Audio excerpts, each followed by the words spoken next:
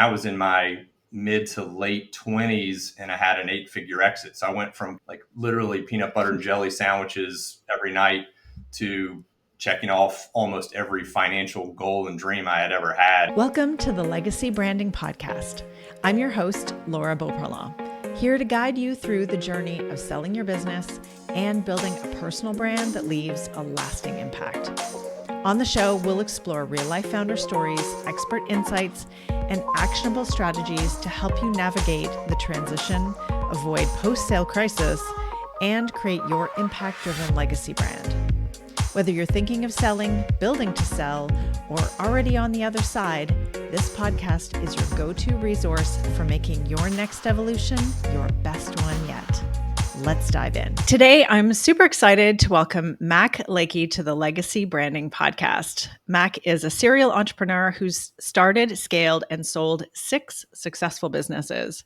His experience has been spotlighted in the Wall Street Journal, Fast Company, the New York Times, and many more.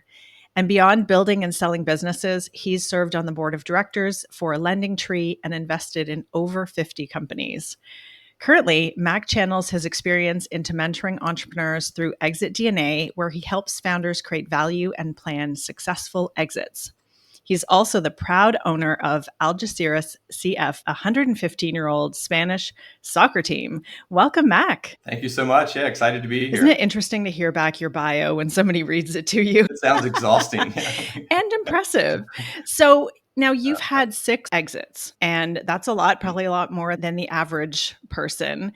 So what would be the most important lesson that you learned when it comes to building a business and that exit value and having that in mind? Yeah, it's a really good question. Yeah, I feel very thankful I had 6 exits because I certainly made a lot of mistakes along the way. My first exit, really my first 2, were amazing and life-changing in a lot of ways. I had 2 8-figure exits in my 20s, so I got a very early start, but I also left millions of dollars on the table not knowing what I was doing. And so with the benefit of hindsight, I can look back and realize all the simple things I could have done or should have done that would have really changed those outcomes. And particularly given, as you said, most entrepreneurs may have one exit in their life. Statistically speaking, only about 20% of entrepreneurs even trying to exit kind of get through the exit door. So the statistics are not super favorable for having a great exit or certainly having multiple great exits. So I guess one of the biggest things I would say is I learned the hard way and early that preparing for exit, being proactive about it, and really optimizing your business so that it can be sold, that alone really changes the dynamic. What typically happens is an entrepreneur waits until they need or want to sell. And there's lots of reasons for that. It could be they need the money, someone gets sick, they're burned out, or they think the opportunity is great. It can be any number of things, positive or negative. And then they say, now I want to exit and I'd like to do it in the next 6 months or 12 months. And although that can happen, it almost guarantees that you're not going to be able to take advantage of so many things that you could have done that are little changes in your business that compound into value over time. So, long answer to your question, but I'd say the biggest thing is start early, prepare, be proactive early. And to me, that means at least 2 to 3 years before you'd like to close a deal. And we can talk about why that timing matters too, but that's probably the minimum to really maximize value. And I guess you've sold these 6 businesses. And would you say that you've had any regrets in selling any of those businesses? Or are you happy with you sold them, you've moved on? Is there anything you would do differently? Yeah, there are a lot of things that I, probably would do differently if I could rewind all the way back. I don't have a lot of regrets in terms of selling them. I think in every case, it was the right decision to sell. I probably have a little bit of a bias towards selling early. I think if I look back very critically and say, was the timing right? Some of my businesses I sold early, and maybe another year or 2 of building it could have yielded a bigger exit. But I also know that I'm a big believer in kind of mitigating risk, despite the fact that most people would say, oh, he's a crazy entrepreneur that spent his life building these high growth companies.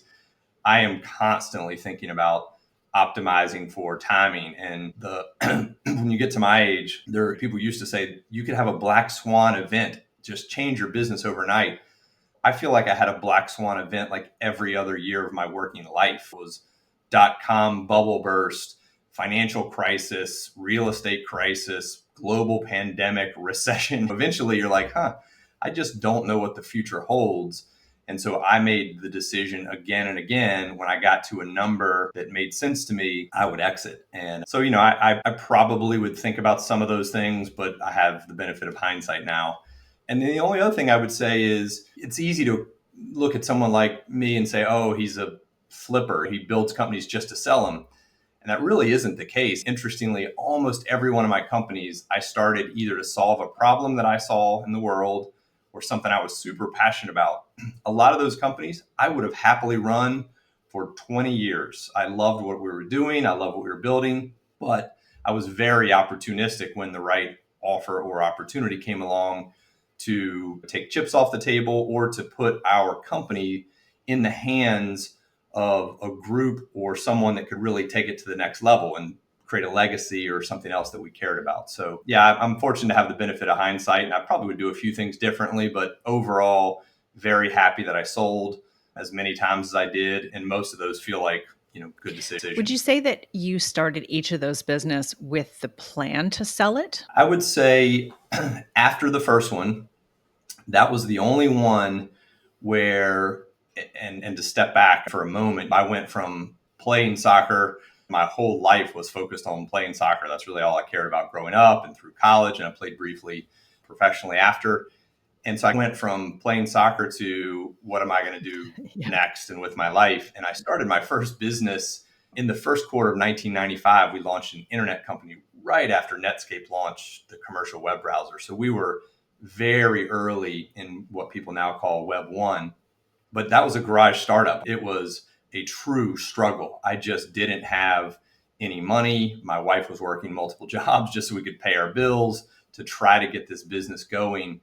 And there was not a thought in the world about ever selling that business. We were working hard. We just got to the point where we were starting to make a little bit of money after years of struggle because the space was so early and we really were convicted. All the smart people around me, even my mentors were saying, oh, the internet's a fad. Nobody's going to use credit cards. And so despite what we were hearing, we were so convicted that the internet was going to change everything. We just wanted to be all in. And so literally up until the moment that we started getting offers on the business, we were just heads down thinking about building. And every dollar we made, we tried to hire someone, a new engineer, someone really smart. And so it really surprised us when we started getting offers because that wasn't the plan. And it turns out we sold into a roll up. They bought 20 something companies, put them together and took it public. And, again, I was in my mid to late 20s and I had an 8-figure exit. So I went from like literally peanut butter and jelly sandwiches every night to checking off almost every financial goal and dream I had ever had in a moment. That was such an eye opener that if you work hard and you can create that much value in a short period of time, it should be intentional. That was my shift. Is my next business, I decided to build something I was super passionate about. But from day one, the first 8-page presentation we did, one of the slides was who is going to want to buy this business. And it was just part of the DNA that we sort of had from that point on is we don't want to be forced to sell it. We don't want to have to sell it, but we always want the option where someone's going to offer us a lot of money and give us the chance to say yes or no. That was our thinking. So it shifted after that first one. Thereafter, every business, it was always on my mind. I love that. I talk with a lot of entrepreneurs who have sold or who are thinking of selling. And I talk about this existential crisis that often happens when people sell their businesses because their identity is so wrapped up in the business. Who are they if they are not the founder of this business?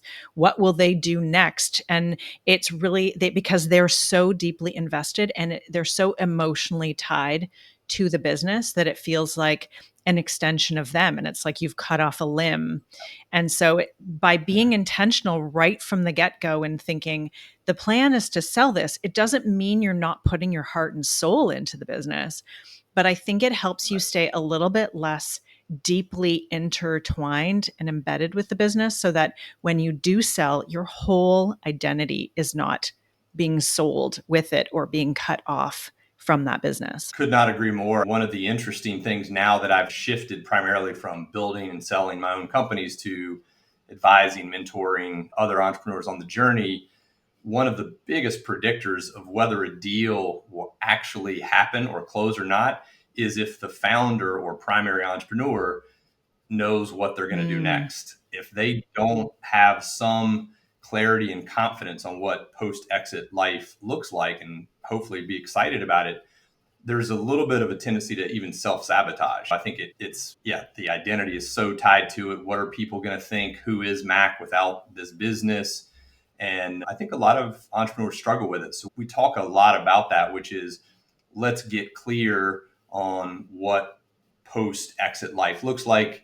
Do you go with the buyer or not? What does that look like? What do you want your role and participation to be? What's the transition plan? What's the legacy? And working through some of that, which is almost like personal psychology, it is critical. And I've witnessed a lot, even business partners of mine who've struggled more than I think I have post exit, because I was already almost always excited about the next thing I was going to start. I already had an idea. In some cases, I was already slowly getting it going before we had, sold a business. So I know there are two types of entrepreneurs, at least one big category, which is the business is my baby. It is my identity. I've poured everything into it. And then there's another category, which I think I'm more closely aligned with, which is I just love starting things, building things, and impacting the world. And in order to do that, I've always had 5 things I'd like to start and 3 people I'm excited to work with. And so it's never been so tied, even though I've loved the business, I've never been afraid to let it go or put it in someone else's hands. Yeah. And I think that's why we've really focused so heavily on working with founders who are thinking about exiting. And while we can help with positioning the brand to exit and cleaning it up and doing whatever they need, to me, it's actually working with the founder on their personal brand and separating them from it. Because even when we start working together, they start sharing things. And I'm like, that's the business. That's not you. And finding a way that there's going to be overlap. They will work together, but they should be going in tandem, not so deeply intertwined, especially if you're exiting. And I've seen that is really an area that is so needed because it's not often thought about until after they've sold. And then we talk with people and they're like, I wish I met you years ago before the existential crisis after selling. Very true. Yeah. And I think it's also really common, especially if there's been a long duration. If someone's been running a business for a long time and they've found themselves in the kind of typical entrepreneurial grind, which I'm a big fan of people getting out of. But if they're working 40 plus hour weeks, or God forbid, 80 plus hour weeks, the other thing is people imagine I'll make a lot of money. I will take a break. I will play golf. I will go lay on the beach. And honestly, that literally never lasts for more than about a week. I've told myself the same things. I literally was closing the deal for my second company and walked from the attorney's office to a mall to buy a pair of running shoes. And I was like, all right, tomorrow, the whole new plan starts. I'm going to do all these things. And then after a couple days, my entrepreneurial mind would just not allow me to stop. I just wanted to keep building things. I had no pressure. I had no financial need to do it. It was just like, I'm excited. I don't want to sit around. I don't want to play golf. I don't like golf. So it's funny. I try to tell a lot of entrepreneurs on the journey is you're going to look and think and feel a lot like you do today post exit. So don't assume that drink with an umbrella in Fiji is a long-term plan. It might be a great celebration for a week, but you need to have purpose and legacy and all those things on your mind, just like you do today post exit. There might be another vehicle you use to deliver that. It may not be the same business, but you still need to be thinking the same way. Yeah. And it just, to me, what that does is it means because you don't necessarily need the money, you can do anything, which can be scary because then you're like, well, what is that? because there isn't Yeah. that pressure.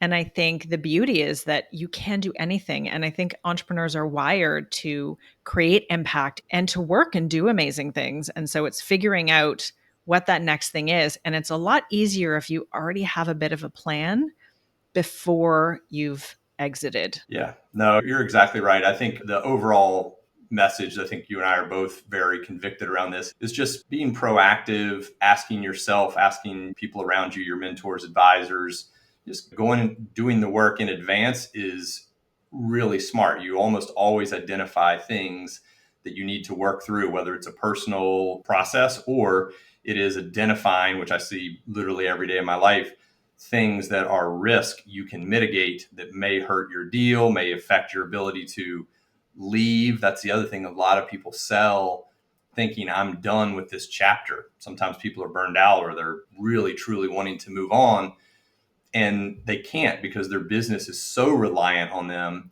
I always tell entrepreneurs, no one wants to buy a business where the founder or the key entrepreneur is in the critical path of every decision and key calls and how the business works and key meetings. The more you extract yourself from that, your personal freedom goes up, which again, I think is really important and valuable in life. But the other is you're building a more valuable business. And so you have the option when someone comes in to buy it to say, you know what? You don't need me. I can prove to you the business runs by itself. It's automated. It has amazing talent. We have great SOPs. Or if you want to continue with that business, it's much easier to argue your role is more a consultant, an advisor, a board member, not a 5-year employment agreement to help a transition, which is where people get Yeah. stuck. And that's not what people want. But if you're too intertwined with the business, then that's ultimately you will need to go with the business when it's sold for a period of time. And That's most entrepreneurs don't like to be employees or make terrible employees. very true. I'm not No, employable I know. My technically. husband and I have that conversation all the time. Like we are not employable. So something that I find really fascinating about you, Mac, is I think there's this story, there's this narrative that you can't have it all, that you can't run these wildly successful businesses and make a lot of money and have family time, family life, happy marriage, etc. And you have found a formula to have both. And I think that's such a beautiful message because it is something that you hear all the time. It's like, well, you can't have money and love. And if you have one, you can't have the other. And you're happily married. You've spent lots of time with your kids as they were growing up.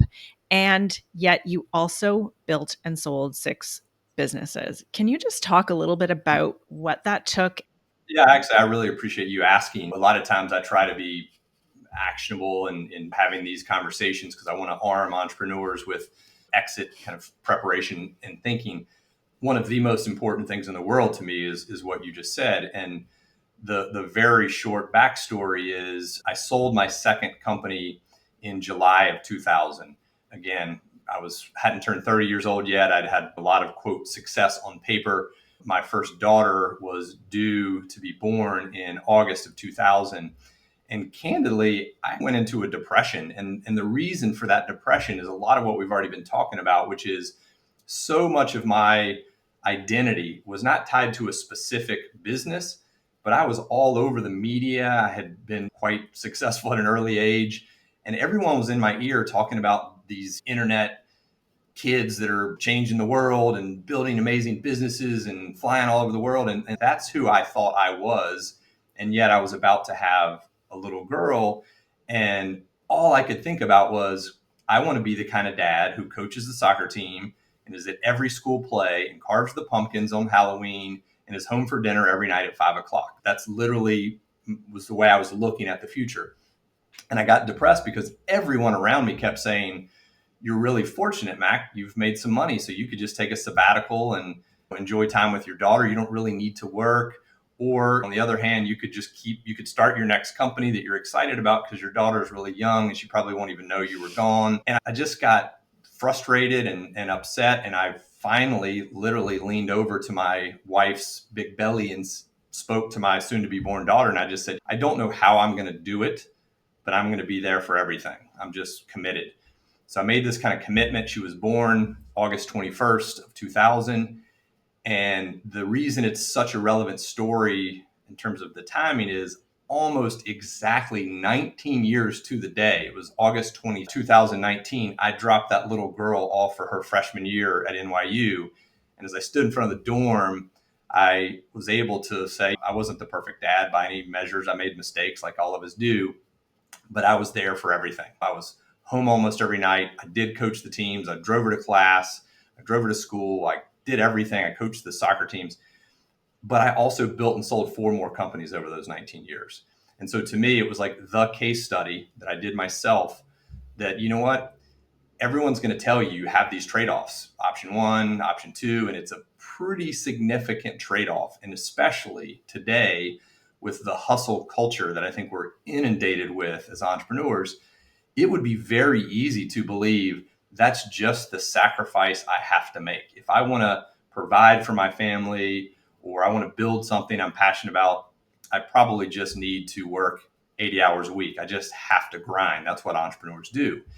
And I am so vehemently opposed to that because not only did I live a very different experience, I pulled my daughters out of school and traveled the world with them in the middle of building companies. I moved abroad while I was building companies. But I also realized that the companies themselves got better. The more I made very intentional decisions to be home at 5 o'clock and to coach the team, that created boundaries and forcing functions where my companies would constantly say, Mac's going to leave at 4:45 to be home for dinner. Who's going to run the meeting when Mac leaves? Who's going to prepare the presentation? Who's going to take the customer calls? So my teams actually got better and created a more smart process. If you're there as an entrepreneur, this was my scenario, and I think probably anyone listening to this could relate. Everyone in my companies, for good reasons, would say Mac should run the meeting, Mac should take the call, Mac should make that decision, Mac should lead the meeting, because they are allowing me to be a founder, a leader, an entrepreneur. But what that was doing is constraining everyone else in the business. Maybe Mac's not the perfect person to lead the meeting. He's the one that's going to lead if he's there. But if Mac's not there, who's the right person to lead? What's the right way to do this? And I watched that transformation to the point that my very last company, which I sold in 2018, I had an office and a desk.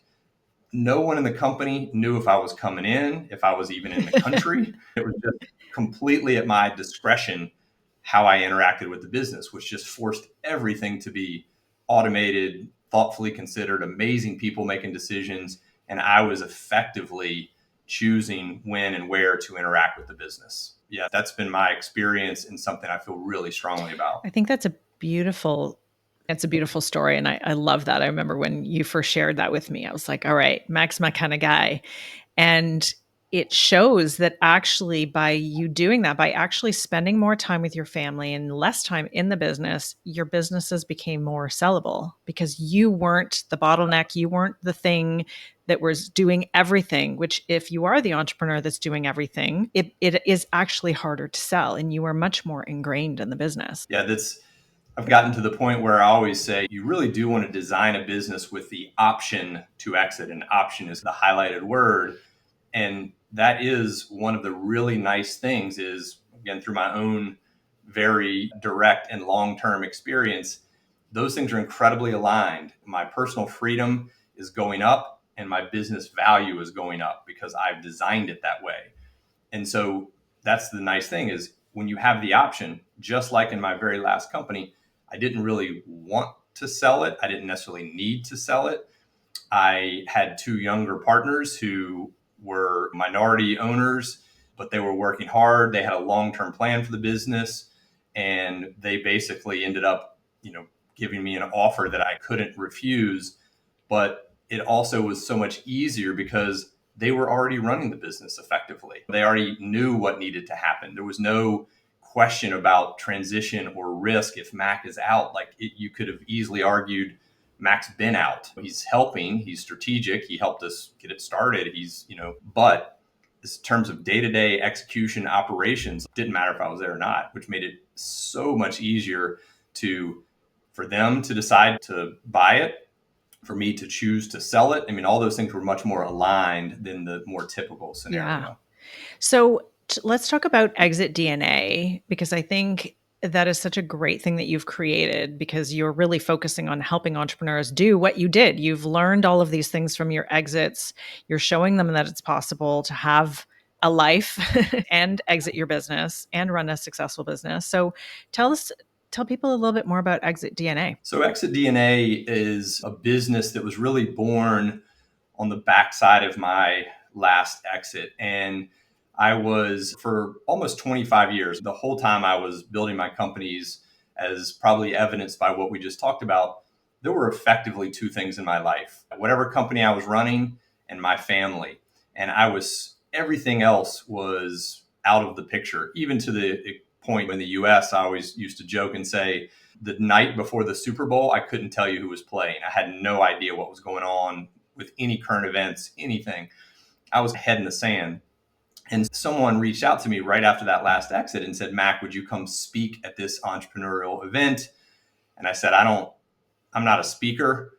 As a matter of fact, I don't even go to events, much less speak at them. I don't attend events. And they said, this is a mastermind. I said, I don't know what a mastermind is. I literally was like head in the sand. Long story short, I ended up agreeing. They just said, come to this event, tell the story of your journey, mistakes you made, things you did well. Just talk about your journey. We have a group of entrepreneurs, very successful. They would all benefit from hearing lessons learned. Got up on stage, shared my story, did not think I did a particularly good job of speaking. But as I walked off the stage, a group of these founders and entrepreneurs ran up to me and said, Mac, we have investment bankers, we have attorneys, we have advisors, all these smart people around us thinking about exits. We've never heard anything you just shared on the stage. Like, your whole approach is, I've never heard it before. Would you help me? And what people were really saying, because again, the benefit of hindsight, I know now, is one of the comments I made is, I had sold 6 businesses, but I never sold for a financial metric. I never sold based on revenue or an EBITDA multiple or any of the traditional ways that businesses are valued. I sold my companies for valuations much higher, kind of off the charts compared to a traditional financial multiple, because I found buyers who were willing to pay a premium for the strategic value I had created. And so that process of thinking about the strategic value, identifying it, being articulate about it, finding the buyers in the world that would really value something much higher level than a traditional metric, was all new territory for this group of entrepreneurs. And so I got excited because I had already determined that I wasn't going to build another company. I really wanted the next chapter of my life to be, more time with family and travel, but also to help entrepreneurs. And this was the aha moment where I said, my 6 exits are unique, but it's also the stuff I learned I can teach and help entrepreneurs avoid the mistakes I made, hopefully have a better journey in terms of their personal life and their business, how those things relate. And ultimately, I'm almost positive I can 10 to 100x, their sort of outcomes, because most entrepreneurs are really talented as designers or engineers or thought leaders. They're not experts at exits. It's a whole new process for them. It's the one time in their life they have to learn this skill. And if I can help them, it's pretty transformational. So ExitDNA was put together to help entrepreneurs on that journey. And it's been incredibly rewarding for me personally, because I get to participate on this journey that's emotional and financial and all the things we talked about. I've seen some incredible outcomes from entrepreneurs that I've worked with. And yeah, it's a very kind of actionable program to help entrepreneurs ensure that they've created the option to exit. Yes. And if people are listening and they heard our first interview with Wendy, she was singing Mac's praises because she did the ExitDNA program with him, and it really helped her in the exit process. Yeah, it's one of the best things for me is the post-exit feeling. I'm most excited for an entrepreneur who got to a great outcome, but feeling like I had any kind of role in that. Wendy's, an amazing entrepreneur. She'll start another business, and I hope she'll apply everything we've talked about in ExitDNA. But we've had a number of entrepreneurs. I had one a few years ago that joined ExitDNA because they had a failed process. They went through the emotional journey, spent 6 months six figures of fees to advisors and attorneys to only have the deal fall apart in the 11th hour. And they were very burned out and frustrated and basically said, we'd like to sell our business. They thought it was worth about $25 million. We're very disappointed in the way everything played out.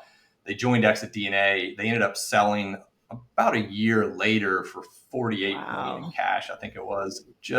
And it was really, again, all credit to them. I'm not trying to take any credit other than it fundamentally shifted the way they thought about the process, who the right buyers were, and how they would articulate what I always call the irresistible exit story, so that someone's going to say, I have to have this.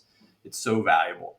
And so just by changing the framework, and that's what I hear from most of our members, is within 30 days, most of them will say, wow, you have changed the way I'm thinking about building my company because of the outcomes that I want to create, or the legacy I want, or the options I want to have. And that to me is very rewarding. So that's kind of what ExitDNA does. I love it. You and I have talked about the impact of brand on selling, but just for the podcast, can you share from your perspective what impact brand has? Yeah, I think brands in general, there was a time early in my career in particular where people were very dismissive of brands as if they were soft things. Oh, you have a great business, you have cash on the balance sheet, you're generating profits. That's what matters.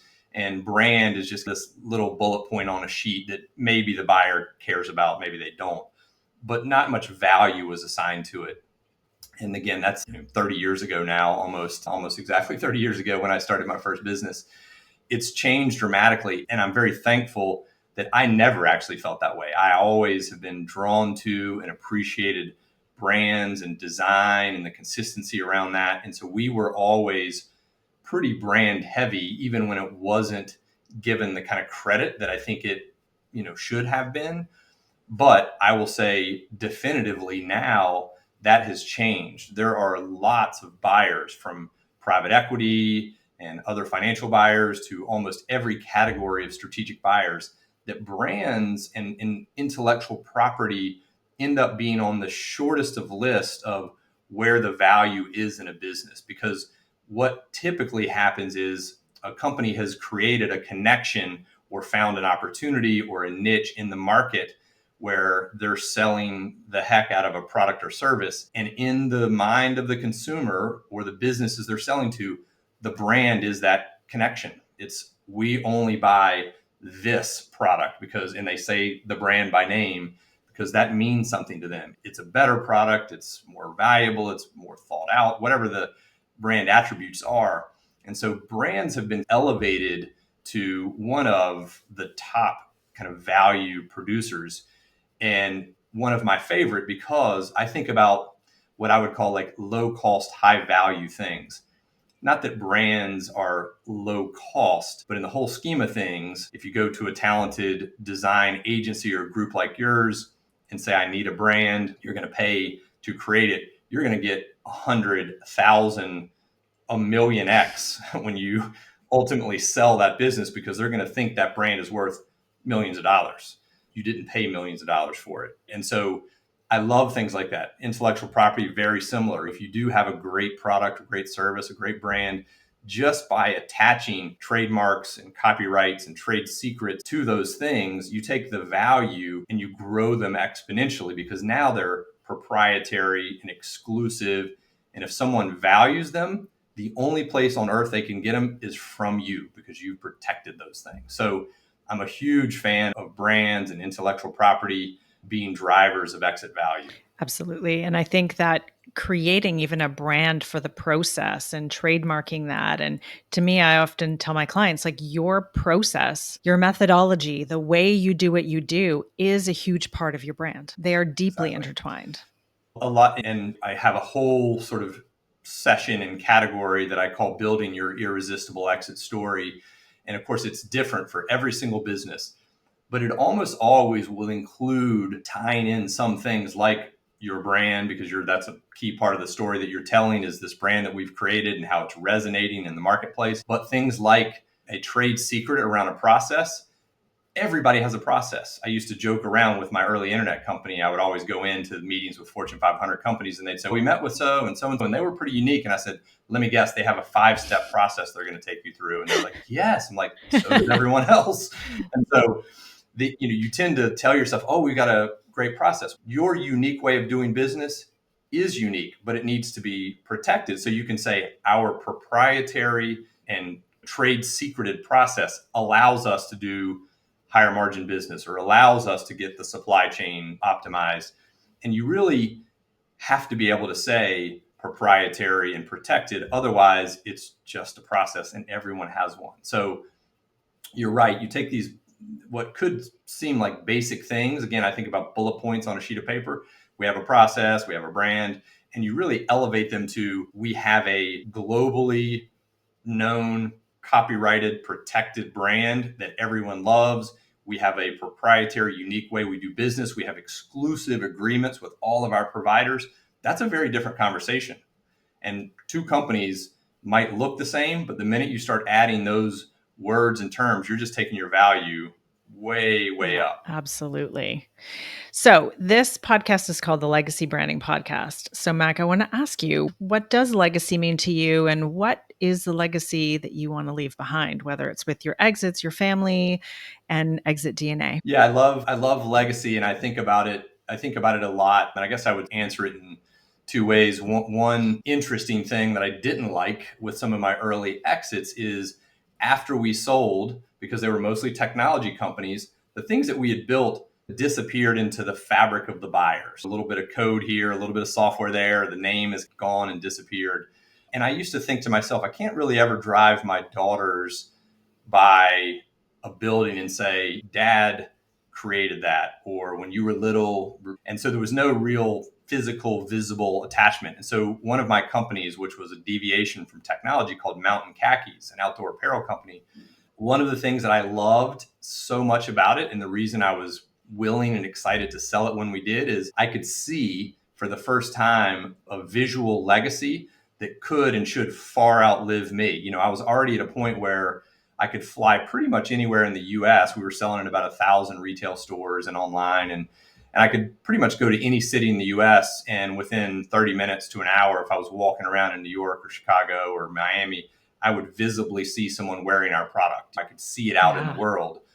But I thought a lot about the fact that if I sell it to someone that cares about this brand and nurtures it and grows it well beyond what we can do, that should way outlive me, whether it's my kids or grandkids. And it's not even an ego thing. Maybe it is. It's a cool thing that I didn't have before. Now I can say, I created that, and it feels different. So that's interesting to me. And I've thought about it a lot more since then in terms of visual legacy, if that's something that you care about. The other thing is, on a personal level, I really hope that my decision, my wife and I, our collective decision to spend time with the family and make the choices we did, I hope that plays out in my kids having great lives, successful lives in whatever they choose to do. They're not, particularly entrepreneurial at this point. My older daughter's working and out of university. My younger daughter's in university.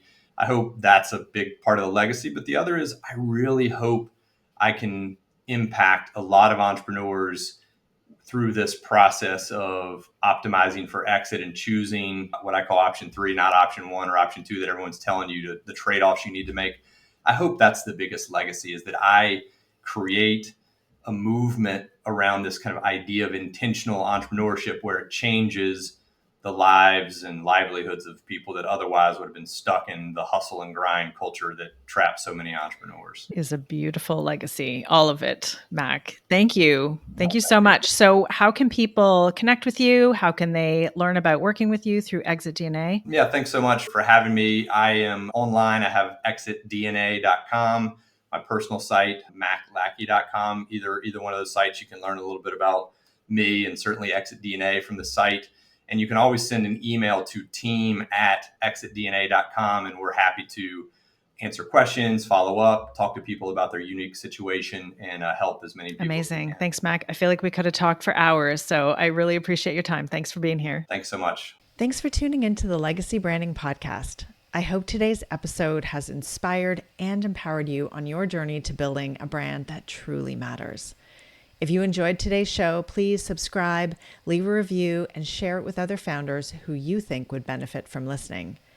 And if you're ready to take the next step in building your legacy brand, visit our website, labcreative.ca, to learn more and book a call. Don't forget to join us next time for more conversations that will help you navigate your transition and create your legacy. Until then, I'm Laura Beauparlant.